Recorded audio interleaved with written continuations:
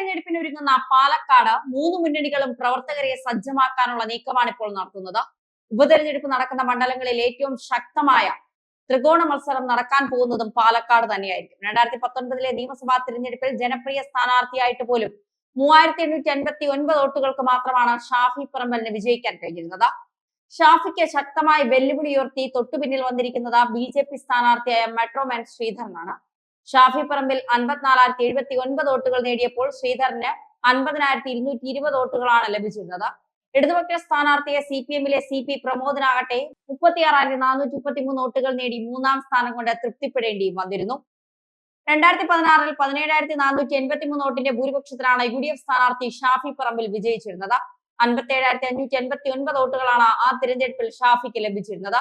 40,076 vote നേടി BJP-യുടെ ശോഭാ സുരേന്ദ്രൻ രണ്ടാമത്തെ തിരഞ്ഞെടുപ്പ് കൂടിയാണത്. CPM-ന്റെ NN കൃഷ്ണദാസിന് ലഭിച്ചത് 38,675 വോട്ടുകളാണ്.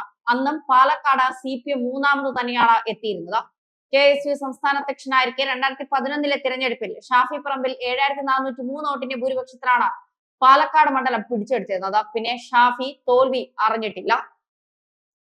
ഷാഫി മത്സരരംഗത്തില്ലാതെ നടക്കുന്ന ഇത്തവണത്തെ ഉപതെരഞ്ഞെടുപ്പ് UDF-നെ സംബന്ധിച്ച അഗ്നിപരീക്ഷണമാണ്.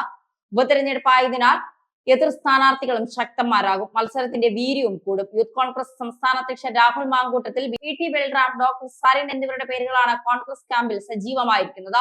BJP-യിൽ നിന്ന് ശോഭാ സുരേന്ദ്രൻ, സന്ദീപ് വാര്യർ, C കൃഷ്ണകുമാർ, നടൻ ഉണ്ണി മുകുന്ദൻ എന്നിവരുടെ പേരുകളും ഉയർന്നു കേൾക്കുന്നുണ്ട്. അപ്രത്യക്ഷ നിയോഗമെന്ന നിലയിൽ K സുരേന്ദ്രന് തന്നെ നറുക്ക് വീഴാനും സാധ്യതയുണ്ട്. ഇത്തവണ പാലക്കാട് പിടിച്ചിരിക്കുമെന്ന വാശിയിലാണ് BJP മുന്നോട്ട് പോകുന്നത്.